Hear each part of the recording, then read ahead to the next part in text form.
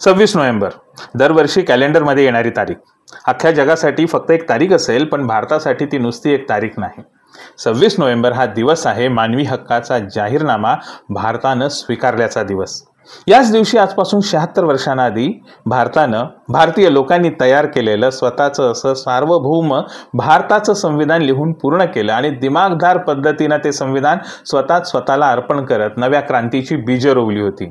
भारतीय उपखंडाच्या ज्ञात अज्ञात इतिहासात पहिल्यांदाच भारत नावाचा देश अस्तित्वात आला होता आणि या देशाला सार्वभौम करणारं होतं भारताचं संविधान. म्हणून 26 नोव्हेंबरचा दिवस भारताचा संविधान दिवस म्हणून साजरा केला जातो. ज्यांनी एकट्यानं प्रशासनात बसून, एकट्यानं संघर्ष करत, एकट्यानं हजारो विरोध, उदासीनता आणि कार्यालयीन अडथळ्यांशी झुंज देऊन संविधान दिनाला राष्ट्रीय स्तरावर मान्यता मिळवून दिली. होय, 26 नोव्हेंबर आज आपण ज्या अभिमानानं संविधान दिवस म्हणून साजरा करतो, त्या दिवसाचा जन्मदाता, त्या दिवसामागचा न थकणारा आवाज आणि त्या दिवसाचा पहिला पायोनियर म्हणजेच E.Z. खोब्रागडे सर. चंद्रपूर जिल्ह्यातल्या सौरी या छोट्याशा गावात सरांचा जन्म झाला. त्यांच्या घरात शिक्षणाची परंपरा नसली तरी स्वप्नांची कमतरता बिलकुल नव्हती. बाबासाहेबांच्या विचारांनी भारलेल्या या तरुणानं आधी फिजिक्समध्ये MSc केलं, LLB मध्ये सुवर्णपदक मिळवलं आणि देशाच्या प्रशासनात पाऊल ठेवून स्वतःला एका मोठ्या ध्येयासाठी तयार केलं. आणि ते ध्येय काय होतं माहिती आहे? संविधान लोकांच्या आयुष्याचा भाग बनवणं. कारण त्यांचा विचारच होता की संविधान केवळ पुस्तकात नको, ते लोकांच्या रक्तात वाहायला हवं. या विचारातूनच सुरू झाली त्यांची संविधान जागरूकता मोहीम. मग त्या शाळांच्या भिंतीवर प्रिअम्बल लावण्याचा निर्णय असेल किंवा विद्यार्थ्यांनी दररोज शाळेमध्ये प्रास्ताविका वाचण्याची सवय लावून घेणं असेल. ग्रामपंचायतींमध्ये, महाविद्यालयात, सरकारी कार्यालयांमध्ये संविधान प्रास्ताविकेचं वाचन, संविधान परिषद, संविधान व्याख्यानमाला, संविधानाचा दूत, संविधानाची शाळा अशा असंख्य उपक्रमांची मालिकाच त्यांनी उभी केली. 26 नोव्हेंबर शाळा महाविद्यालयांमध्ये प्रथमच संविधान दिवस म्हणून साजरा करण्याची सुरुवात देखील सरांनीच केली होती. 26 नोव्हेंबर रोजी सुरू केलेला संविधान दिन ही एक क्रांती होती. एका जिल्ह्यात सुरू झालेलं ते आंदोलन हळूहळू संपूर्ण महाराष्ट्रात पोहोचलं आणि त्यानंतर राष्ट्रीय स्तरावर त्यांचा आवाज गेला. अखेर भारत सरकारनं अधिकृतरित्या 26 नोव्हेंबर संविधान दिन म्हणून घोषित केला आणि एका अधिकाऱ्याचा, एकट्याचा संघर्ष देशाच्या इतिहासात कोरला गेला. खोब्रागडे सरांचं काम फक्त संविधान दिनाचे जनक म्हणून मर्यादित नाही. त्यांनी उभ्या केलेल्या कामांची यादी भली मोठी आणि लांबलचक आहे. त्याबद्दलही आपण माहिती घेऊयात. ज्यात स्कॉलरशिप सिस्टम बनवण्याचं काम होतं. विद्यार्थ्यांच्या खात्यात थेट शिष्यवृत्ती पोहोचवणारी पारदर्शी व्यवस्था सरांनी उभी केली. दीक्षाभूमीचा विकास निधी म्हणजेच 12 कोटींची मदत त्यांनी आणली. डॉक्टर आंबेडकर स्मारक स्थळांसाठी निधी प्रस्ताव त्यांनी तयार केला. ZP स्तरावर रेव्हेन्यू मोबाईल कोर्ट आणला, ज्यामुळे न्याय गावागावात नेण्याचा प्रयोग झाला. त्यासोबतच गावभेट आणि समतेचे दूत यासारखे सामाजिक उपक्रम, नक्षल प्रभावित भागातील मूलभूत सुविधांचे प्रकल्प, स्वच्छता, ODF गाव आणि पाणी आरोग्य उपक्रम, त्याचबरोबर सामाजिक कल्याण विभागाचं विजन डॉक्युमेंट यासारख्या अनेक प्रकल्पांची पायाभरणी सरांनी केलेली आहे. या प्रत्येक प्रकल्पामागे त्यांचा एक सिद्धांत होता. तो म्हणजे प्रशासन म्हणजे फक्त कागदपत्र नाही. प्रशासन म्हणजे लोकांच्या जीवनात पडणारा प्रकाश असतो. आज आपण खोब्रागडे सरांची केवळ मुलाखत नाही घेणार किंवा त्यांच्याशी आपण गप्पा मारणार नाही आहोत. आज आपण संविधानाच्या एका सच्च्या सैनिकाशी एक दिलखुलास संवाद करणार आहोत. त्यांच्या संघर्षाचा इतिहास, त्यांच्या निर्णयांची रचना आणि शासन प्रणालीशी त्यांनी घेतलेल्या झुंजी आणि त्यांचा पुढच्या पिढीसाठी असलेला संदेश आपण जाणून घेणार आहोत. तर दोस्तो, स्वागत करूयात संविधान दिनाचे जनक, समाज केंद्रित प्रशासनाचे अद्वितीय उदाहरण असलेले निवृत्त IAS अधिकारी E.Z. खोब्रागडे सरांचं. सर, खूप खूप स्वागत आपलं. संविधान दिनाच्या आपल्याला खूप खूप शुभेच्छा. पहिला प्रश्न, आपण कसे आहात? वैभव, मी फार छान आहे. नागपुरामध्ये आहे आणि संविधान दिनाच्या समस्त नागरिकांना, भारतवासियांना माझ्याकडून पण शुभेच्छा. उद्या नागपूरला वॉक फॉर संविधान आहे. संविधान जागराचा एक कार्यक्रम 2005 पासून जो सुरू केलेला आहे तो पण उद्या आहे. तुम्ही कसे आहात? एकदम मस्त. सर, आपल्या या संवादाची सुरुवात करताना मला पहिला प्रश्न तुम्हाला विचारायचा आहे की तुम्ही प्रशासन सेवेत असताना, IAS ऑफिसर असताना संविधानाची ओळख हा प्रकल्प सुरू केला. या प्रकल्पाची नेमकी संकल्पना तुमच्या डोक्यामध्ये कुठून आली? ही कल्पना जन्माला आली कशी आणि ही तुम्ही नेली कशी? याच्यावर तुमच्याकडून जरा सविस्तरपणे ऐकायचंय संविधानाची ओळख या प्रकल्पाबद्दल.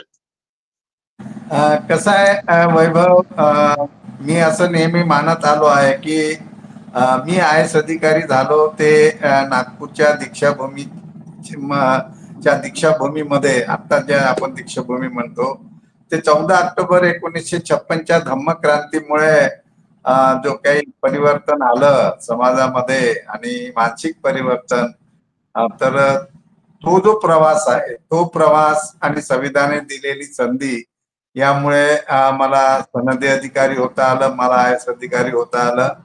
आणि ती जी संकल्पना डॉक्टर बाबासाहेब आंबेडकर च्यामुळे हे घडलं.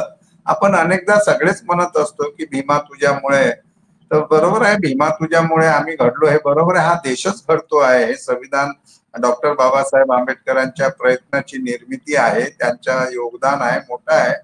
आणि मग जर असं आहे तर आपण बाबासाहेबांच्या संविधानिक चळवळ ही लोकांपर्यंत घेऊन गेलो पाहिजे, असा एक माझ्या मनामध्ये विचार आला.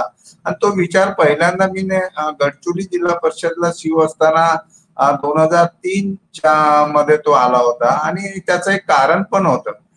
माझी खरं तर प्रशासकीय सुरुवात जी आहे ती गडचिरोली जिल्ह्यातल्या 1984 पासून, आणि नंतर माझी रेग्युलर एसडीओ ची पोस्टिंग ही गडचिरोली जिल्ह्याच्या नक्षलग्रस्त भाग, जो अहिरी सब डिव्हिजन आहे, अतिशय दुर्गम, अतिदुर्गम भाग समजला जातो, तिथून ती झाली. आणि मी नक्षलवादी मुवमेंट मी फार जवळून बघितली आणि आदिवासींचे प्रश्न पण बघितले. आणि संविधान त्यांच्यापर्यंत गेलं नाही. आणि नक्षलवाद्यांच्या बद्दल जर बोलायचं असलं तर नक्षलवादी किंवा त्यांची जी मुवमेंट आहे ती खऱ्या अर्थी ती काही संविधानिक मुवमेंट नाही आहे. ते संविधानाला न मानणारे लोक, लोकशाहीला न मानणारे लोक, आणि त्याच्यामुळे जे काही विध्वंसक किंवा अतिरेकी स्वरूपाच्या कारवाई झाल्या आणि कुटुंब उद्ध्वस्त झाले, आणि त्यामुळे आदिवासींचा काही फायदा झालेला नाही. तर मला असं त्यावेळेस वाटलं होतं, मी सीओ असताना मी माझ्या चेंबरच्या बाहेर एक संविधानाची प्रास्ताविका डिस्प्ले केली होती. मला वाटते माहित नाही, पण मला असं वाटतं की असं कुठल्याही आय एस अधिकाऱ्याने त्याच्या दालनाबाहेर दर्शनी भागी प्रियांबल डिस्प्ले केलं असेल. पण ते मी 2003 मध्ये गडचिरोलीत केलं होतं. आणि मनात अशी संकल्पना आली होती की आपण या पार्श्वभूमीवर, नक्षलवादी जे संविधानाला मानत नाही, आदिवासीची दिशाभूल होते, तर आपण तिथे हे संविधानिक मूल्य पसरवण्याचा किंवा शाळेतून प्रियांबल वाचनाचा उपक्रम सुरू केला तर कसं होईल. पण हा विचार तसाच राहून गेला, कारण माझी बदली झाली. आणि मग काही कालाने मग परत मी नागपूर जिल्हा परिषदला मला सीओ म्हणून पोस्टिंग मिळाली. तर मी तिथे पण पहिलं काम हेच केलं की मी माझ्या चेंबरच्या बाहेर संविधानाची प्रास्ताविका डिस्प्ले केली. त्याचं कारणही असं होतं की ही प्रास्ताविका जे लोक भेटायला येतात सीओला, ते किमान जो काही थोडाफार वेटिंग पिरियड असतो ते त्यांनी बघावं की हे देशाचं संविधान आहे, ही देशाच्या संविधानाची प्रास्ताविका आहे, त्याच्यामधले शब्द त्यांनी ते वाचावे आणि मग ते पुढचं. मग असं करता करता परत विचार आला की आपण शाळेमधनं अनेक उपक्रम चालवत असतो. आपण शाळेमध्ये भारत माझा देश हे म्हणत आलेले आहे, नंतर आपण राष्ट्रगान करतो, आपण वंदे मातरम म्हणतो, आणि अनेक ज्या ज्या जशा जशा शाळा ज्या काही विचारधारेच्या असतील ते परिपाठामध्ये वेगवेगळे उपक्रम चालवतात. परंतु संविधान हे देशाचं आहे, ते सर्वांचं आहे, सगळ्यासाठी आहे, ते सर्वसामान्यांच्या कल्याणाचं आहे, विकासाचं आहे, त्यांना एक ताकद देणार आहे, त्यांना अधिकार देणार आहे, कर्तव्य सांगणार आहे, एक आयुष्य समृद्ध करणार आहे, एक असं म्हणूया की प्रतिष्ठेचं जीवन प्राप्त करून देणारी ताकद संविधानात आहे, ती प्रेरणा देते. पण ते आपण शाळेतून का करत नाही. म्हणजे अनेक लोक अनिभिज्ञ आहेत. लोकांना भारताचं संविधान काय आहे ते फक्त कायद्याचं पुस्तक म्हणून त्याकडे बघितलं जातं, किंवा गैरसमजातून संविधानाच्या बद्दलचा अपप्रचार पण पसरवणारे काही लोक, काही संस्था या देशामध्ये आहेत. त्यामुळे अनेकांना ते संविधानाबद्दल आस्था किंवा प्रेम जे वाटायला पाहिजे ते नाही आहे. तर मला असं साधं वाटलं की आपण असा उपक्रम शाळेतून का करू नये. जो गडचिरोली जिल्ह्यात माझ्या मनात होतं ते नाही, तर म्हटलं नागपूर जिल्ह्यातून करावं. ही धम्मक्रांतीची भूमी आहे. इथे संघभूमी पण आहे आणि एक नागपूर उपराजधानीचं ठिकाण आहे. आणि मग मला संधी आहे, या संविधानामुळेच मला आय एस अधिकारी पण मी झालो, मला अधिकार मिळाले. तर बाबासाहेबांच्या मुळे घडलो हे सांगत असताना आपण एक सामाजिक दायित्व आणि बाबासाहेबांच्या प्रती त्यांचं कार्य पुढे घेऊन जाण्याचं, एक संविधानिक मूल्य लोकांमध्ये रुजवण्याचं जर उपक्रम सुरू केला, तर मग तो उपक्रम एक साधा सुरू केला मी 2005 मध्ये. मी माझ्या अधिकारात केला की शाळेच्या भिंतीवर दर्शनी भागी संविधानाची प्रास्ताविका लिहिणे आणि रोज मुलांनी म्हणणे. हे 2005 मध्ये, म्हणजे कुठलाही लेखी आदेश मी काढला नाही. लेखी आदेश न काढता सुरू केलेला हा उपक्रम आहे. मी याच्यासाठी लेखी आदेश काढला नाही कारण संविधानाला विरोध करणारा किंवा गैरसमजुतीतून किंवा मग जिल्हा प्रशासनामध्ये असं असते आणि विशेषतः जिल्हा परिषद मध्ये की आम्हाला न विचारता सीओनी काय सुरू केलं, किंवा वरिष्ठांना पण ते बरेचदा असं पटत नाही ह्या चांगल्या गोष्टी. संविधानाबद्दलचा जो काही त्यांच्या मनामध्ये प्रेम असेल, आस्था असेल, आकर्ष असेल, द्वेष असेल, जे काही असेल, तर असे प्रसंग येऊ शकतात. म्हणून मी विचार केला की आपण तोंडी आपला सीओ म्हणून मला अधिकार आहे, तो मी अधिकार वापरतो. मला काय विनाकारण कोणाला काय वाटते याचा विचार करण्यापेक्षा मला काय वाटते आणि मी काय केलं पाहिजे. तर मी हे बाबासाहेबांचं काम संविधानिक हे लोकांपर्यंत घेऊन जायचं असेल, ते घराघरापर्यंत घेऊन जायचं असेल, तर ते शाळेच्या माध्यमातून केलं पाहिजे. मग या या विचारावर मी ठाम झालो आणि मग मी असा आदेश काढला, तोंडी आदेश शिक्षण खात्याला दिले की तुम्ही प्रियांबल भिंतीवर लिहा आणि रोज वाचायला लागा. आणि हे नागपूर जिल्हा परिषदच्या शाळेमध्ये सगळीकडे 100% झालं पाहिजे. मग मी त्याचा रोजचा अहवाल पण घेत असे, त्यांच्याकडे किती शाळात झालं, किती विद्यार्थी म्हणतात. आणि मग मी 8 दिवस त्यांना वेळ दिला आणि 8 दिवसानंतर मी शाळात जाऊन भेट दिली, बघितलं तर हा उपक्रम सुरू झाला. मुलं म्हणायला लागले की आम्ही भारताचे लोक.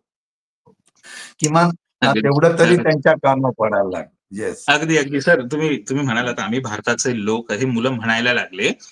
मला एका गोष्टीची उत्सुकता आहे.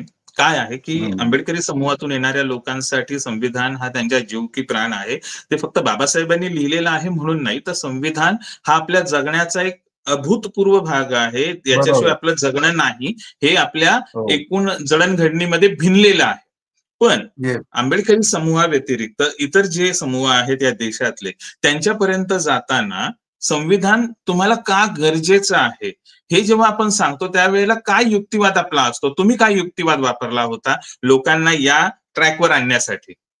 नाही, मी युक्तिवाद असा वाटला की जे प्रशासनाचं मुळाचं काम हे संविधान आणि कायद्याच्या पालन करून करायचं आहे. संविधानाचं जे काही ध्येय उद्दिष्ट आहे काय आहे, आपण जे प्रियांबल वाचन का करतो, तर प्रियांबल मध्ये सर्वसाधारण आपण जे सांगतो की आपल्याला देश घडवायचा आहे.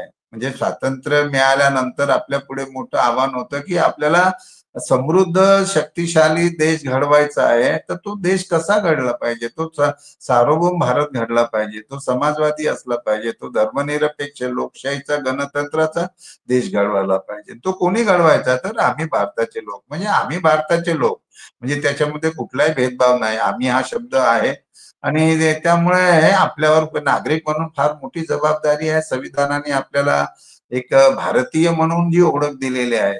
आता त्यामुळे आणि प्रशासन आणि मग आपले अधिकार काय आहे, भारताच्या नागरिकांनी घडवायचं आहे. मग नागरिकांना काय मिळालं, तर मग नागरिकांना सामाजिक, आर्थिक, राजनैतिक न्याय, हे जे हक्क आहेत, म्हणजे विचार अभिव्यक्ती, विश्वास, श्रद्धा, उपासनाचे स्वातंत्र्य, दर्जाची संधीची समानता, तर हे निश्चितपणे प्राप्त करून देण्याचा जो संकल्प आहे, व्यक्तीची प्रतिष्ठा, राष्ट्राची एकता आणि एकात्मता, हा संविधान सभेत झालेला संकल्प आहे. हे बरोबर आहे की आपण फक्त बाबासाहेबांचे संविधानाचे शिल्पकार म्हणून नाही, तर हा देशाचं संविधान आहे, हे भारतीयांचं संविधान आहे ना, हे भारतीयांच्या कल्याणासाठी, विकासासाठी केलेलं संविधान आहे. ते संविधान कुठलाही जातीभेद, धर्मभेद, भाषाभेद, प्रांतभेद, लिंगभेद काही करत नाही. सगळ्यांना समान संधी देत असतं, विशेष संधी देत असतं. तर हे एक उदात्त विचार, समता, स्वातंत्र्य, बंधुता, न्यायाचे जे संविधानात आहे, की हे सगळ्या भारतीय म्हणजे खरं तर हे संस्कार आहेत. हे संविधानाच्या मध्ये जे मूल्य आहे, ही माणसाच्या जीवनावर प्रजासत्ताकाचे संस्कार करणारे आहेत आणि एक आपल्याला प्रतिष्ठेचं जीवन प्राप्त करून देतात, अशी मूल्य आहेत. तर ते प्रत्यक्षात आणायचं असेल तर ते समजून घ्यावे लागेल, त्याचं आचरण करावं लागेल आणि ते दैनंदिन जीवनात आलं पाहिजे. तर मी प्रशासनात काम करत असताना, जसं मी सुरुवातीला सांगितलं की मी अहिरी भागामध्ये काम करत असताना मी आदिवासींचा फार जवळून बघितला आणि त्यांचे प्रश्न, की हा भारताचा नागरिक आहे, आदिवासी हा भारतीय माणूस आहे, त्याला संविधानाने अधिकार दिलेला आहे, पण तो अनभिज्ञ आहे, माहित नाही. मग त्याची शोषण व्यवस्था मजबूत होते. म्हणजे प्रशासनातल्या लोकांमध्ये, म्हणजे अधिकारी आणि कर्मचाऱ्यामध्ये, जे कार्यकारी यंत्रणेचा भाग आहे महत्वाचा, ज्यांच्याकडे हे संविधानाने जे जे सांगितलेले आहे ते प्रत्यक्षामध्ये उतरवणं, ही त्यांच्यावर जबाबदारी दिलेली आहे, लोकांचं कल्याण. तर हे जबाबदारी ज्यांच्यावर आहे, ते जर संविधान निष्ठ जर असले किंवा त्यांना संविधान जर त्या अर्थी समजलं, खऱ्या अर्थी ज्याला त्याचं बेसिक असं म्हणू आपण समजलं, तर त्यांच्या वर्तनात, त्यांच्या वागणुकीत, त्यांच्या कार्यपद्धतीमध्ये, त्यांच्या निर्णय पद्धतीमध्ये एक असा चांगला आमूलाग्र बदल घडू शकतो आणि याला गुड गव्हर्नन्स म्हणतो आम्ही प्रशासनामध्ये. चांगलं प्रशासन करायचं म्हणजे काय करायचं, तर मी जे शिकलो 29 वर्ष प्रशासनात, तर चांगलं प्रशासन करायचं म्हणजे चांगुलपणाने वागायचं, संवेदनशीलतेने वागायचं, प्रामाणिकपणे काम करायचं आणि जो सर्वसामान्य माणूस आहे, शोषित वंचित माणूस आहे, की ज्यांचं कोणी नाही, त्यांच्यासाठी प्रशासन आहे. तर त्यांचं जीवन चांगलं कसं होईल, त्यासाठी जे सरकारच्या योजना असतील, जे काही धोरण असेल, ते इमानदारीने, सचोटीने आणि कर्तव्यनिष्ठेने पार पाडायचं. म्हणजे शोषण सर थांबवणे, पिळवणूक थांबवणे, सर ह्याच मुद्द्याला भ्रष्टाचार मला थांबवणे. प्रश्न ओके. याच मुद्द्याला प्रश्न आहे माझा, की तुम्ही हा. ही प्रोसेस सगळी सुरू केली, हा प्रकल्प सगळीकडे राबवायला घेतला, त्यानंतर संविधान दिन हा साजरा केला जावा पूर्ण भारतभरामध्ये, याच्यासाठी तुम्ही प्रचंड प्रयत्न केलेत. आता तुम्ही म्हणालात Yes. की प्रशासनानं चांगुलपणानं वागावं हे संविधान आपल्याला शिकवतं. डेफिनेटली हे सगळं करत असताना तुम्हाला प्रशासनातूनही खूप विरोध झाला असेल, अनेक ठिकाणी पाय ओढले गेले असतील, थांबवलं गेलं असेल की संविधान दिनाचं असं काही औचित्य होऊ नये किंवा संविधान दिन साजरा होऊ नये. तुमचा अनुभव हो. काय होता? कारण लोकांना माहिती नाहीये की ही सगळी गोष्ट घडत असताना काय काय झालं होतं आणि कोणी कोणी विरोध केला होता. तुम्ही याबद्दल काय सांगाल? नाही, काय आहे ते हे बरोबर आहे. म्हणजे एखादा नवीन उपक्रम सुरू करतो तेव्हा मी जेव्हा नागपूर जिल्हा परिषद मधून मी स्वतः निर्णय घेऊन माझ्या अधिकाऱ्यांना सांगितलं की मला असा असा हा उपक्रम सुरू करायचा आहे, तर अनेकांचं म्हणणं पडलं की शासनाचा आदेश असल्याशिवाय आपल्याला कोणताही उपक्रम सुरू करता येत नाही. मी म्हटलं हे देशाचं संविधान आहे, हे सांगायसाठी शासनाच्या आदेशाची गरज काय आहे? जे जे चांगलं करायचं आहे तो अधिकार आपल्याला प्राप्त होतो संविधानातून आणि कायद्यातून. तर चांगलं करण्यासाठी कशाला कोणाला विचारावं लागते? चांगलं करणं हे कामच आहे आपलं. आपण प्रशासन व्यवस्थेत चांगलं करण्यासाठी आलेलो आहे. म्हणजे वाईट गोष्टी थांबवण्यासाठी आलो आणि चांगलं करण्यासाठी आलो. मग आम्हाला एका शिक्षणाधिकारी म्हणाले की किमान जिल्हा परिषदचा ठराव तरी केला पाहिजे. मी म्हटलं, विचार केला की जिल्हा परिषद मध्ये ठराव आणला आणि एखाद्या सदस्यांनी म्हटलं की ठीक आहे, सीओ म्हणतात तर आपण ते मान्य करू, पण शासनाची परवानगी घ्या. म्हणजे त्यांना परत संविधानाचा उपक्रम का सुरू करायचा, संविधानाचे प्रियांबल शाळेतून का वाचायचा, हे जे आतापर्यंत ते 2005 पर्यंत झालेलं नव्हतं. हे कधी म्हणजे असं नाही की संविधान नव्हतं, ते 26 नोव्हेंबर 1949 पासून तर आपलं संविधान आपण अंगीकारलं, भारताच्या लोकांनी स्वतःला अर्पण केलं. 26 जानेवारी 1950 पासून पूर्णतः ते लागू झालं, देश प्रजासत्ताक झालं.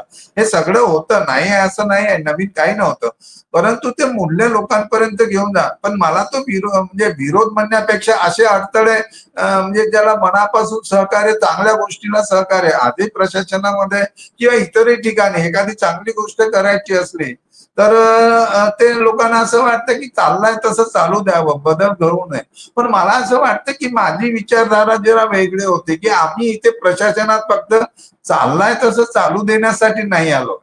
आम्ही त्या व्यवस्थामध्ये काहीतरी परिवर्तन, व्यवस्थेमध्ये चांगलं काही घडवून आणणे, जे वाईट असेल तर ते बदलणे आणि जे काही आधीचं चांगलं असेल तर ते अधिक चांगलं करणे, ही आपली जबाबदारी आहे. आणि म्हणून आपण प्रशासन सेवेत आणि आय एस अधिकाऱ्याचं काम काय, मुळात आय एस अधिकाऱ्याचं काम हा बदल घडवून आणणे आहे, चांगलंच करणे आहे.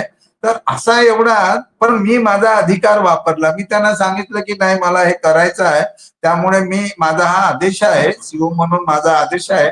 आणि जिल्हा परिषद मध्ये मुख्य कार्यकारी अधिकाऱ्याला अधिकार असतात, तो अधिकार वापरायचा. आता अनेक आय एस अधिकाऱ्यांना खूप प्रचंड अधिकार असतात चांगलं चांगलं करायचं, काही लोक करतात आपापल्या परीने, असं नाही आहे की काय चांगलं करणार नाही. पण माझा आग्रह ठासच होता की नाही हे करायचं आहे आणि म्हणून तो मी उपक्रम सुरू केला. खरं तर अनेकांना ते मनातून नाही चांगलं वाटलं. मला जितका सपोर्ट या कार्यक्रमासाठी राजकीय नेत्यांकडून म्हणा किंवा इव्हन संविधान मानणारा जो वर्ग असेल त्यांच्याकडून म्हणू आपण, आणि इतरही लोक, म्हणजे तसा जो अपेक्षित होता मला सपोर्ट, की खूप चांगलं कॅम्पेन आहे त्यामुळे ते उचलून धरलं पाहिजे. आणि प्रशासनातले माझे जे वरिष्ठ होते म्हणजे त्यांना पण असं कधी वाटलं नाही की हा संविधानाचा आपण नागपूर जिल्ह्यातून, म्हणजे आधी जिल्हा परिषद नंतर जिल्ह्यातल्या सगळ्या शाळा असं ते, आणि त्या काळामध्ये जवळजवळ 2700 वगैरे शाळेतून म्हणजे 6-7 लाख विद्यार्थी रोज म्हणायला लागले आम्ही भारताचे लोक. तसं जर बघितलं तर हा एक चेंज होता, म्हणजे जे कधी घडलं नाही. हे देशाचं संविधानाची प्रास्ताविका आपण वाचतो आणि ती प्रास्ताविका काय आहे तर ते संविधानाचं ध्येय उद्दिष्ट आहे, पहिलं पान आहे, जे अतिशय महत्वाचं आहे. ते समजलं तर आपल्याला सगळं पुढे हळूहळू आपल्याला समजायला लागेल. जरी लोकांनी मला नाही फार सपोर्ट केला नसला तरी तो मी माझा रेटा लावला आणि मी माझ्या अधिकारातून ते करून घेतलं. आणि नागपूर जिल्ह्यात ते 2005 ला सुरू झालं. आणि नंतर मग मी तो डिसेंबर मध्ये लेखी आदेश, हे जेव्हा जवळजवळ 90% काम झालं तेव्हा मग मी लेखी आदेश काढला. मग ते लेखी निर्देश मी द्यायला लागलो शिक्षणाधिकाऱ्यांना, मग ग्रामपंचायत असेल किंवा मग पंचायत समित्या असतील आणि इतर ठिकाणी. मग मी महाराष्ट्रातल्या सगळ्या सीओना मेल पाठवले, अनेकांना लिहिलं. ते माझ्या संविधान ओळख बुकलेट मध्ये काही गोष्टीचा उल्लेख केलेला आहे. परंतु फार अशी या उपक्रमाची, संविधानाची, मला माहित नाही की एखादं छोटस कोणीतरी आय एस अधिकाऱ्यांनी काम केलं तर त्याचा खूप गवगवा केला जातो. परंतु या उपक्रमासाठी जेवढं म्हणजे ते नाही, मला ते नाही मिळालं. पण मी दुसरं पण काम केलं, नुसतं शाळेतून वाचन नाही तर 26 नोव्हेंबरला हा संविधानाचा सन्मान व्हावा म्हणून संविधान रॅली आम्ही नागपूरला काढली. हे पहिल्यांदा घडलं नागपूरमध्ये. संविधान दिवस साजरा करणं 2005 ला. एक सीओ पदावर असल्यामुळे कसं आहे की एकतर तुमचा अधिकार आहे, तुमच्याकडे मॅन पॉवर आहे, रिसोर्सेस आहेत, तुम्ही इन्फ्लुएन्स करू शकता समाजाला. मी त्याचा फायदा घेतला की माझ्याकडे अधिकार आहे ना, तर मी वापर करतो या अधिकाराचा. आणि हा वापर मी, हे भारताचं संविधान शाळेच्या माध्यमातून घरोघरी घेऊन जाण्यासाठी करतो. ही पहिली स्टेप आहे. प्रियांबल वाचन हे पहिली स्टेप आहे. ते डिस्प्ले झालं, ते व्हिजिबल असलं पाहिजे, ते दिसलं पाहिजे. आणि शाळेमध्ये अनेक जाती धर्माचे मुलं, ग्रामीण भागातले मुलं, शहरातली मुलं, झोपडपट्टीतली मुलं शिकायला येतात. तर त्यांना वाटलं पाहिजे की हो आम्ही भारताचे लोक आहे, आमचे अधिकार आहे, महत्वाचं. खरं म्हणजे ही ती संकल्पना होती. त्यामुळे मग कोणाला काय वाटतं याचा मी विचार केला नाही, मला काय वाटतं. आणि मग हे संविधान देशाचं जे आहे हे आपण लोकांपर्यंत घेऊन जाऊ, ही पुढची टेप फायनल. पण ती शाळेच्या माध्यमातून, एक उपक्रमाच्या माध्यमातून. तर हे जसं ना, तर हे केल्यानंतर माझी लगेच 6 महिन्यामध्ये बदली पण होऊन गेली. म्हणजे मला काय तिथे माझ्या मनामध्ये जे काही पुढच्या गोष्टी होत्या, नाही ती रुटीन ट्रान्सफर होती का? नाही, मला तिथे 15-16 महिने झाल्यानंतरच माझी बदली झाली. पण ती माझी बदली मग वर्धा कलेक्टर म्हणून झाली. त्यामुळे मला काही म्हणता पण नाही आलं. पण मग वर्धा कलेक्टर गेल्यानंतर सुद्धा मग मी शिक्षणाधिकाऱ्याला बोलावलं आणि त्याला सांगितलं की बा मी नागपूर जिल्हा परिषदला सीओ असताना मी शाळेच्या भिंतीवर प्रियांबल लिहून ते वाचण्याचा उपक्रम, ज्याला आपण घर घर संविधान म्हणू, आपण एक बेसिक गोष्ट आपण सुरू केली होती. तर ते आपण वर्धा जिल्ह्यात पण करू. तर मला लेखी आदेश पण द्यावे लागले नाही, तर शिक्षणाधिकाऱ्याने केलं ते वर्धा जिल्ह्यामध्ये. पण मग शाळेच्या भिंतीवर लिहून वाचन सुरू करता आलं. तर असा तो प्रवास आहे. नंतर समाज कल्याणचा मी कमिशनर झाल्यानंतर परत हा विषय समाज कल्याणच्या आयुक्तालयामध्ये, आता ज्याला आयुक्तालय म्हणतो, पहिल्यांदा संविधानाची प्रास्ताविका 2008 मध्ये मी तिथे गेल्यानंतर मी सांगितल्यामुळे ते डिस्प्ले झाले. आणि नंतर मग ते वसतिगृहामध्ये, कार्यालयामध्ये, आणि मग ते 2008ला 26 नोव्हेंबर ते 6 डिसेंबर असा कार्यक्रम आपण केला पाहिजे. दलित वस्त्यांमध्ये आपण तो कार्यक्रम घेऊन गेलो पाहिजे, आश्रम शाळेमध्ये गेला पाहिजे. म्हणजे एकूणच म्हणजे माझा असा आग्रह राहिला होता जिथे जिथे मी काम केलं की नाही, हे देशाचं संविधान आहे आणि हे संविधानातले जे मूल्य आहेत हे सगळ्या नागरिकांसाठी आहे.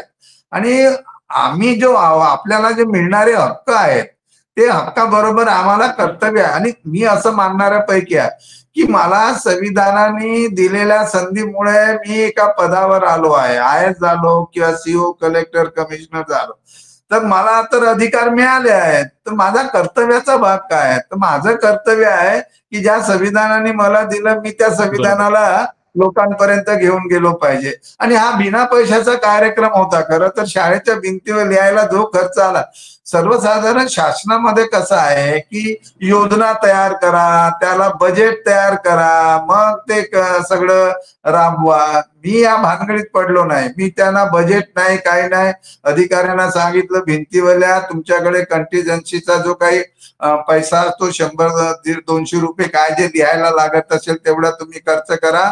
तर हा बिना पैशाचा कार्यक्रम तो महाराष्ट्रामध्ये मी चालवला. आता आपण बघतो की संविधान दिनाच्या कार्यक्रमासाठी सामाजिक न्याय विभाग, भारतीच्या माध्यमातून सांस्कृतिक करोडो रुपये खर्च होत आहेत. मला वाटतं की करोडो खर्च करून संविधानिक मूल्याचं जागर नाही होऊ शकत, ते इव्हेंट होऊ शकतं.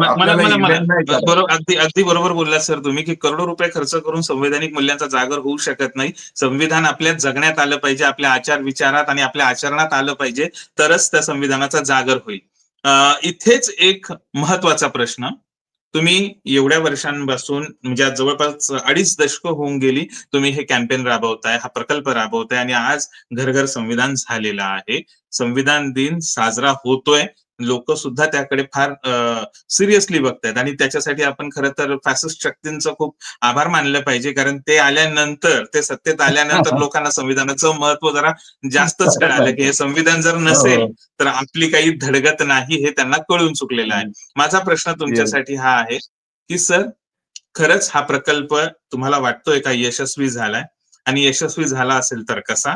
आणि जर तुम्हाला असं वाटत असेल की नाही, अजून हा यशस्वी झाला नाहीये किंवा फेल झालाय, तर त्याची काय कारण मीमांसा आहे? तुमचं मत काय?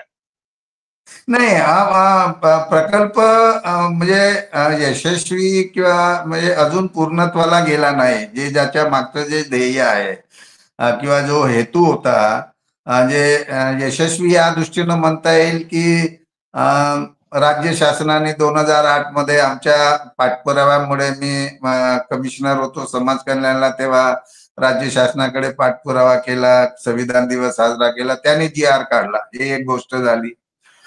वर्धा जिल्ह्याला कलेक्टर असताना वसंतराव पुरके हे शालेय शिक्षण मंत्री होते. मी त्यांच्या मागे लागलो की हे आता नागपूर जिल्ह्यात किंवा वर्धा जिल्ह्यामध्ये सुरू झालं, ते मी अधिकारी मी जिथे जिथे आहे तिथे होईल, पण मग मी नसणार तर ह्या संविधानाचं संपून जाईल का? हा चांगला उपक्रम हा पुढे घेऊन गेला पाहिजे. तर त्यांनी असं एक पत्र काढलं आणि महाराष्ट्रातल्या सगळ्या शाळेमध्ये भिंतीवर लिहा आणि त्याचं वाचन करा, असा त्यांनी आदेश काढला. एवढंच नाही तर शालेय पुस्तकामध्ये पहिल्या पानावर प्रियांबल छापला गेलं.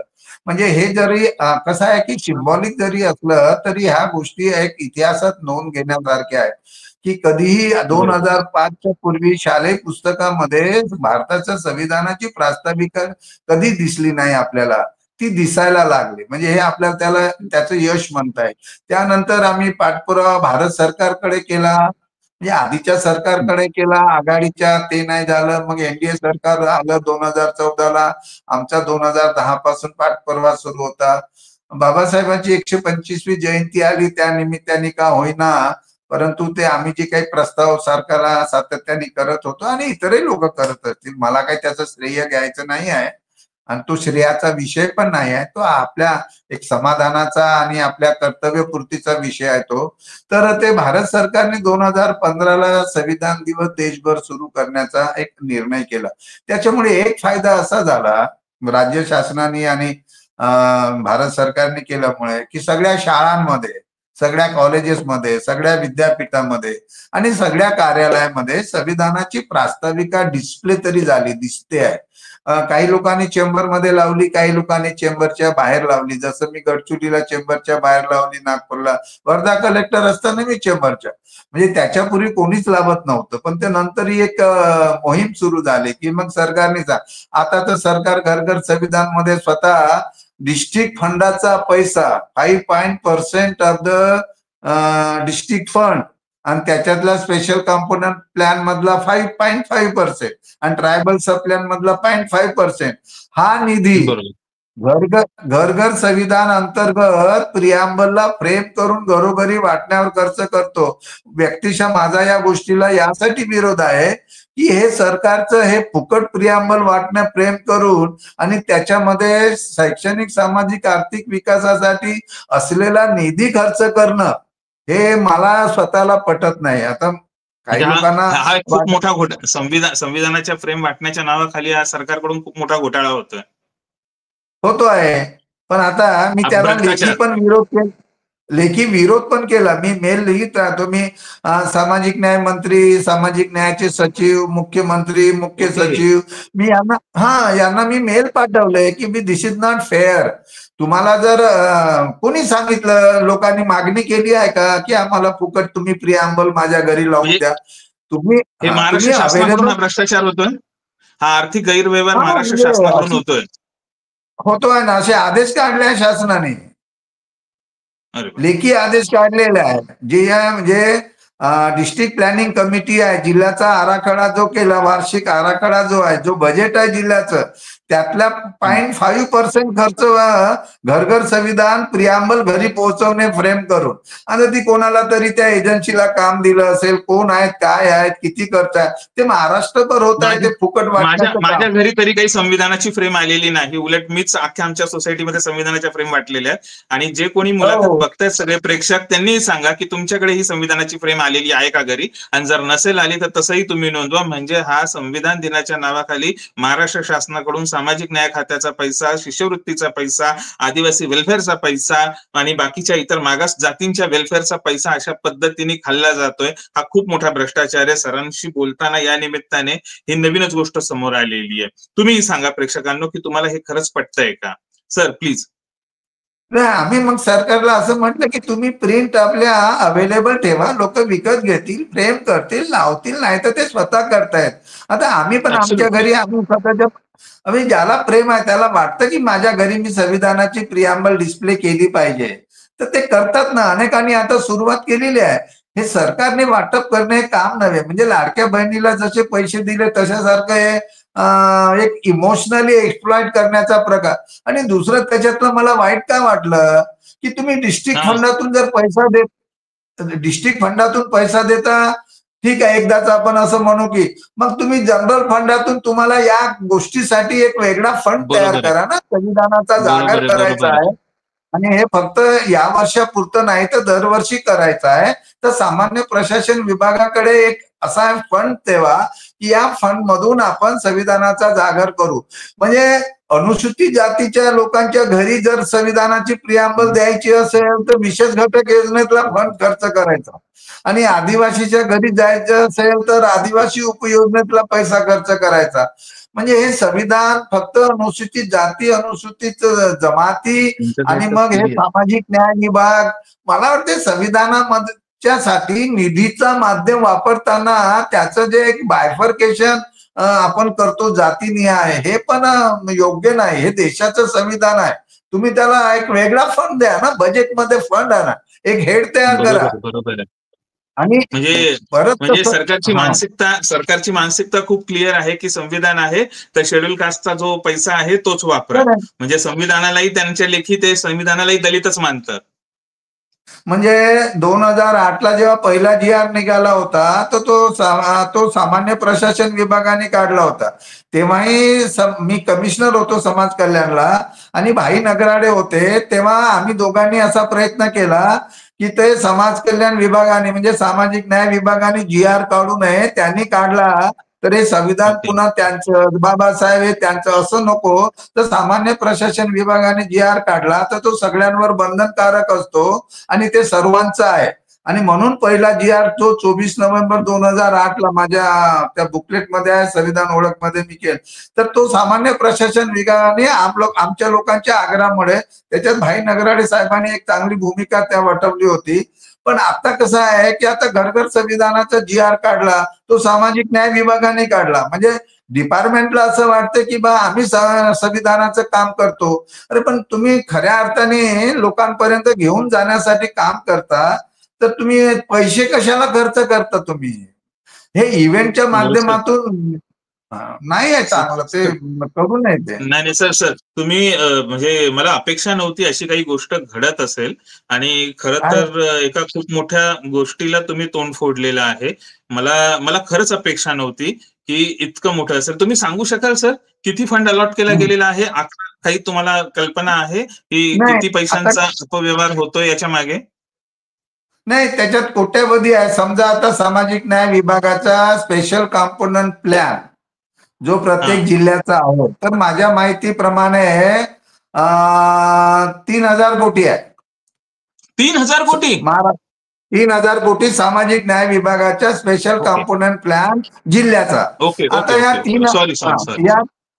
या 3,000 कोटीचा जर आपण 0.5% म्हटलं तर जो काही रक्कम असेल तर ती अनुसूचित जातीच्या घरी पोहोचवण्यासाठी खर्च केली जाईल.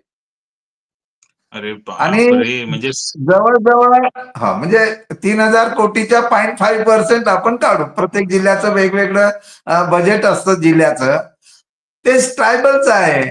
आणि मग जनरल फंडातून जनरल म्हणजे ओबीसी आणि इतरांना आहे. मला वाटतं ही जी मुळात विभागणीच चुकीची आहे. एक तर मुळामध्ये प्रियांबल हे आपण प्रिंट करून त्याला फ्रेम करून ते वाटप करायचं. जसं घर तिरंग्यामध्ये पण हाच धंदा झाला. म्हणजे उद्देश चांगला आहे परंतु त्याच्यामध्ये बिझनेस झाला. बिझनेस नाही म्हणता येणार सर, हा भ्रष्टाचार आहे. भ्रष्टाचार आहे. संविधानाच्या जे संविधान आपल्याला शिकवतं की प्रशासन चांगुलपणाने करायचंय, न्यायाने करायचंय आणि आपण म्हणतो ना की ते ज्युडिशियल कॅरेक्टर असलं पाहिजे आपल्यामध्ये, जस्टिस वाला कॅरेक्टर असलं पाहिजे. ती गोष्ट लोकांना सांगण्यासाठीच भ्रष्टाचार केला जातोय. याच्यापेक्षा मोठा नालायकपणा दुसरा काय असू शकतो? म्हणजे खरं सांगू का, संविधानाला धोका इतरांपेक्षा ना शासन प्रशासनातल्या लोकांकडून जास्त आहे. बापरे. तर सर आता तुम्ही खूप महत्वाचं वाक्य बोललात की संविधानाला सगळ्यात मोठा धोका हा लोकांकडून किंवा इतरांकडून नाही, शासन प्रशासनाकडून जास्त आहे. काही दिवसांपूर्वी एक घटना घडली आहे आणि ती घटना अशी की काही नक्षलवाद्यांनी आत्मसमर्पण केले आणि देवेंद्र फडणवीसांनी त्यांना आत्मसमर्पण करत असताना त्यांच्या हातात संविधानाची प्रत दिली आहे. आता ही संविधानाची प्रत दिल्यानंतर माझ्या मनात खूप मोठा प्रश्न उभा राहिला आणि आजचा हा घोटाळा ऐकल्यानंतर प्रश्नचिन्ह, शंका सगळंच काही उभे राहिलंय. शासनाची आणि प्रशासनाची जबाबदारी आता खूप वाढलेली आहे. तर तुम्हाला खरंच वाटतं की शासन प्रशासन ही जबाबदारी इमाने इतबारे निभावेल? कसं आहे की मुळामध्ये शासन प्रशासनात असलेले लोक जे कोणी असतील त्यांची जबाबदारी आहे, निश्चित केलेली जबाबदारी आहे की त्यांनी लोकांच्या भल्यासाठी काम केलं पाहिजे आणि ते साफसूत्र काम झालं पाहिजे. याच्यामध्ये वाद नाही.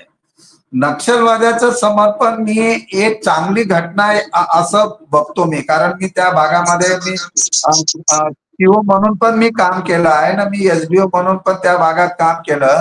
तेव्हा नक्षलवाद्यांमुळे विकास खुंटला हे सत्य आहे. नक्षलवाद्यांमुळे आदिवासींचं शोषण झालं हेही खरं आहे. नक्षलवादामुळे नक्षलवाद होता, त्यामुळे भीतीच्या वातावरणामुळे अधिकारी कर्मचाऱ्यांनी पण आपलं कर्तव्य बजावण्यामध्ये कसूर केला आणि जे कुठली गोष्ट झाली नाही तर ते नक्षलवादी आपल्याला घाबरवतात किंवा आपल्याला धमकी देतात या नावाखाली अनेक गोष्टी झाल्या.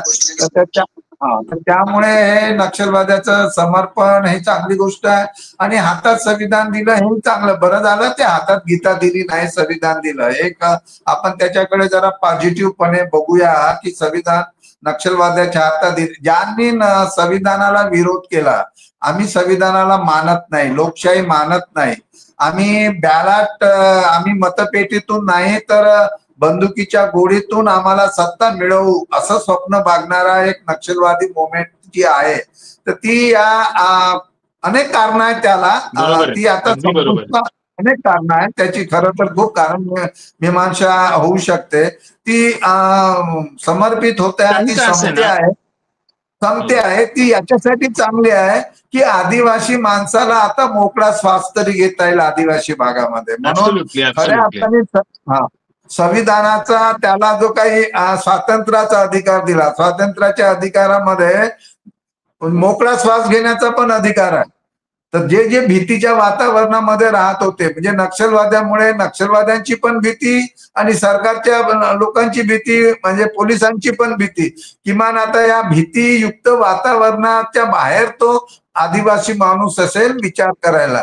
याची ती तुम्ही म्हणाला वैभव, ते बरोबर आहे की आता यामुळे सरकारमध्ये असलेल्या लोकांची जबाबदारी खूप वाढली आहे. मी याच्यावर सोशल मीडियामध्ये माझ्या फेसबुकवर मी एक आर्टिकल पण लिहिलं आहे की नक्षलवाद्यांचं सरेंडर झालं तर आदिवासीच्या विकासाचं काय आता. तर विकासाचा अजेंडा आदिवासीचा तो सरकारने तयार केला पाहिजे. काय विकास आहे म्हणजे आधी आता नक्षलवादी आहेत म्हणून आदिवासींचा विकास असं म्हटलं जात होतं. आता नक्षलवादी संपले, मग आदिवासीच्या विकासाला चालना मिळाली पाहिजे. अधिकारी कर्मचाऱ्याला पण आता मुक्तपणे काम करता आलं पाहिजे, वस्त्या वस्त्या जाता आलं पाहिजे. आधी अशी बंधनं होती की अधिकाऱ्यांनी जाऊ नये किंवा संरक्षणात जावं, तर संरक्षणामध्ये जाऊ. आदिवासीची ज्या पद्धत, माझं एक पुस्तक लिहिलं मी आणखी पॉल नावाचं 2015 मध्ये, तेव्हाही नक्षलवाद होता तरी पण मी आदिवासीच्या भागामध्ये नक्षलग्रस्त भागातच जाऊन आम्ही काम करत होतो, तिथल्या तिथे प्रश्न सोडवत होतो. मी अनेक प्रसंग त्यामध्ये लिहिलेले आहेत. तर ही जबाबदारी आता आली. पण उलट काय आपल्याला दिसतं, त्या मायनिंगमुळे आदिवासीचं विस्थापन होत आहे. मायनिंगमुळे आदिवासीच्या जमिनी जात आहे. एकीकडे सरकार आदिवासीच्या जमिनी कोणत्याही कारणास्तव जर हस्तांतरित झाल्या असतील, म्हणजे आदिवासीच्या अशिक्षितपणाचा गैरफायदा घेऊन त्यांच्या अडाणीपणाचा किंवा त्यांच्या परिस्थितीचा किंवा त्यांना आमिष दाखवून किंवा त्यांना दमदाटी करून जे काय असेल ते, ज्या जमिनी हस्तांतरित झाल्या असेल त्या त्यांना परत मिळवण्याचा एक कायदा आहे, restoration of land to tribal, हा 1974चा कायदा आहे. खरं म्हणजे त्या कायद्याची अंमलबजावणी होणं अपेक्षित आहे आणि त्या कायद्याच्या अंतर आदिवासीच्या जमिनी घेता येत नाही. महाराष्ट्र लँड रेव्हेन्यू कोडमध्ये पण सेक्शन 36 मध्ये 36 आणून तशी सुधारणा केली आहे. प्रश्न असा आहे की आदिवासींना काय पाहिजे आहे. आदिवासींना माणूस म्हणून एक सन्मान पाहिजे. मुळामध्ये आपण ते रेकॉग्नाइज केलं पाहिजे की हा भारताचा नागरिक आहे आणि हा नागरिक म्हणून इतराला जसे अधिकार आहेत तसे याही माणसाला अधिकार आहे. त्यामुळे पहिल्यांदा त्याला सन्मान देणे आणि जी संविधानाच्या प्रास्ताविके व्यक्तीची प्रतिष्ठा हे जे मूल्य आहे, तर हे मूल्य जपासण्याचं काम मला वाटते आता प्रशिक्षणाच्या माध्यमातून त्या भागात काम करणाऱ्या अधिकारी कर्मचाऱ्यांना देण्याची गरज आहे. त्यांचं शिक्षण काय व्यवस्था आहे शिक्षणाची, आश्रमशाळा चांगल्या चालतात का, होणारं कुपोषण, त्या ठिकाणी बेरोजगारांचा रोजगार, आरोग्याचे प्रश्न, त्यांचा सन्मान, त्यांचं संरक्षण, ह्या ज्या बेसिक गोष्टी आहेत, म्हणजे त्याला काही खूप मागत नाही आदिवासी. मी त्या भागात काम केलं, तिथे जे अन्नधान्य पुरवठ्याची व्यवस्था आहे ती इतके चांगले लोक आहेत म्हणजे आदिवासी सारखा माणूस आपण समाजशास्त्रीय दृष्टीनं जरी अभ्यास केला तरी आदिवासी हा प्रामाणिक माणूस, साधा सरळ, कोणाला न फसवणारा, लंपन न करणारा, इतका चांगल्या चारित्र्याचा माणूस आहे. त्याची इतके वर्ष, आता 40-45 वर्ष त्यांची लुबाडणूक, फसवणूक शासनाने पण केली आणि नक्षलवाद्यांनी पण केली, नक्षलवाद्याच्या नावाने. आणि म्हणून मी अगदी ते बरोबर आहे, अगदी नक्षलवाद बरोबर आहे. आता नक्षलवाद दुहेरी शोषण झालेले संपतो, आदिवासींचं भारतात. तर नक्षलवाद संपतो याचा मला आनंद एवढ्याचसाठी आहे की आता नक्षलवाद संपल्यानंतर आता सरकारला असं नाही म्हणता येणार, तर आता आहे त्यापेक्षा जास्त काम करावं लागेल आदिवासींच्या साठी. आता येत्या काळामध्ये ते दिसेल की सरकार नेमकं काय करतं, की आता नक्षलवाद नाही आहे, मग एवढे पोलीस भरती, होणारा प्रचंड खर्च, येणारा. आपण जर भारताचं संविधान बघितलं तर भारताच्या संविधानाच्या भाग 10 मध्ये आणि अनुसूची 5 मध्ये इतके प्रचंड अधिकार आदिवासींच्या साठी दिलेले आहेत, पण त्यांना त्यांच्या अधिकाराची जाणीवच नाही. मला वाटतं हे संविधान हे आदिवासीच्या वस्तीमध्ये घेऊन जाणे याची मोहीम सरकारने आता त्या नक्षल भागात चालवली पाहिजे. संविधान घेऊन जाणे याचा मला अपेक्षित जो अर्थ आहे, अभिप्रेत जो आहे, म्हणजे पुस्तक किंवा प्रियांबल घरी देणे नाही, तर संविधान त्यांच्या वस्तीत घेऊन जाणे म्हणजे त्यांना शुद्ध पाणी मिळणे, चांगलं घर मिळणे, त्या वस्तीत चांगले रस्ते होणे, चांगलं शिक्षण होणे, आरोग्याची सोय होणे आणि त्यांना रोजगार मिळणे, म्हणजे तेव्हा कुठं तो माणूस सन्मानाने. आणि डायरेक्टिव्ह प्रिन्सिपल ऑफ स्टेट पॉलिसीच्या आर्टिकल 46 मध्ये ही राज्याचं कर्तव्यच आहे संविधानाने सांगितलेलं. आणि मी जे सुरुवातीला म्हटलं की हे कॅम्पेन त्या दृष्टीनं का महत्वाचं आहे घरोघरी घेऊन जाण्याचं.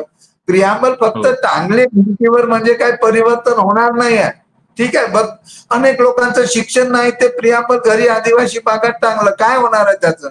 तर आदिवासी विभाग असेल किंवा मग एकूणच सरकार त्याचे संपूर्ण विभाग आहेत ते त्या भागामध्ये इमानदारीने काम करतील, सचोटीने, निष्ठेनं, आणि त्यांचे मित्र म्हणून ते त्यांच्यासाठी काम करतील. आम्ही तो प्रयत्न केला. मी 4.5 वर्ष होतो, माझ्या पुस्तकामध्ये लिहिलं.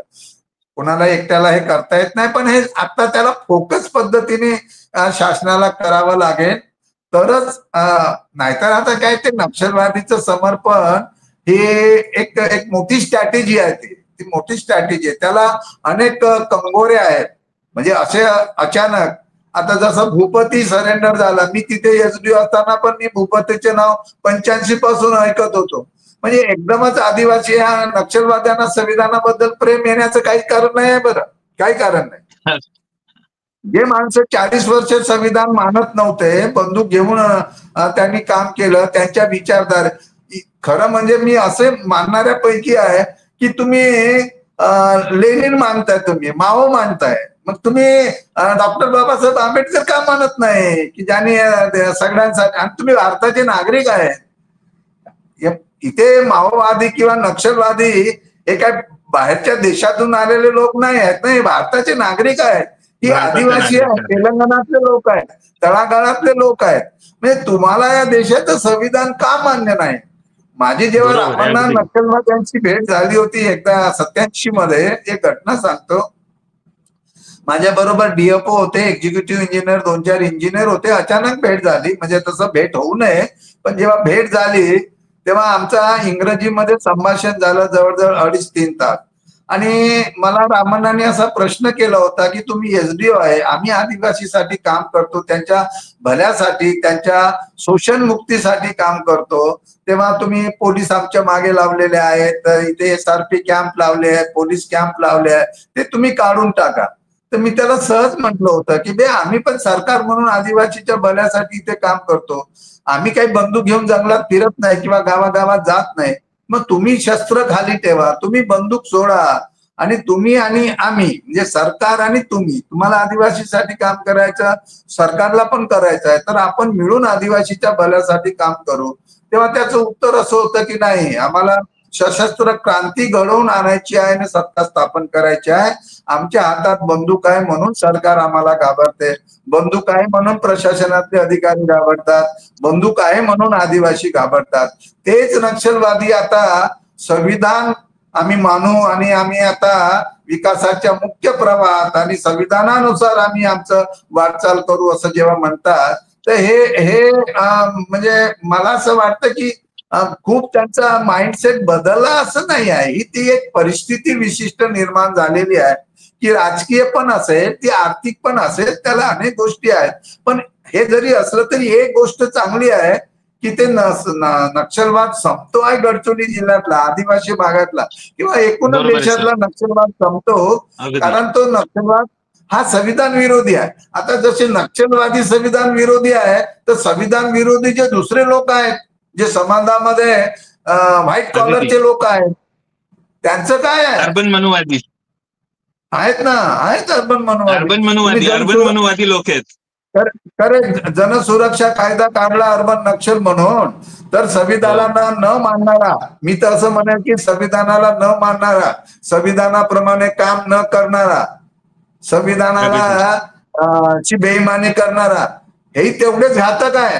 हे संविधान, मी जे सुरुवातीला म्हटलं, संविधानाला घातक ज्यांच्या हातात संविधान राबवण्याची जबाबदारी संविधानाने दिलेली आहे, म्हणजे कायदे मंडळ, कार्यकारी मंडळ आणि न्यायपालिका सुद्धा, या तिन्ही व्यवस्थेच्या लोकांच्या हातात संविधान दिलेलं आहे की तुम्ही हे संविधान जसं ते सांगितलं गेलेलं आहे की ते प्रिअंबल मध्ये ध्येय उद्दिष्टामध्ये, त्याप्रमाणे तुम्ही याचा चांगला अंमलबजावणी करा आणि या देशातल्या सर्वसामान्य माणसाला न्याय मिळाल.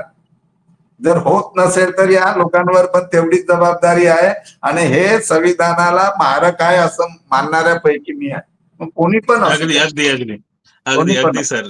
आज या चर्चेमध्ये तुम्ही बरेचसे मुद्दे उलगडून सांगितले. आपण हिंसा कोणत्याही प्रकारची असो, हत्यार शस्त्र कोणत्याही प्रकारची असो, ती संविधानवादात बसत नाहीत, आंबेडकरवादातही बसत नाहीत. त्यामुळे आपण कायम या सगळ्यांच्या विरोधात ठामपणे उभे राहिलेलो आहोत. पण दुर्दैव असं आहे की आज संविधानाची बाजू घेऊन बोलणाऱ्यांनाच हे अर्बन मनुवादी, अर्बन नक्सलाइट म्हणायला लागलेले आहेत. हा खोटा आणि खोडसाळ प्रचार आहे आणि हा प्रचार काही दिवसांनी, काही वर्षांनी हाही प्रचार संपून जाईल. कारण खोट्याला फार आयुष्य नसतं आणि सत्याचाच विजय होत असतो आणि आपण सत्याच्या मार्गाने चालणारे आहोत.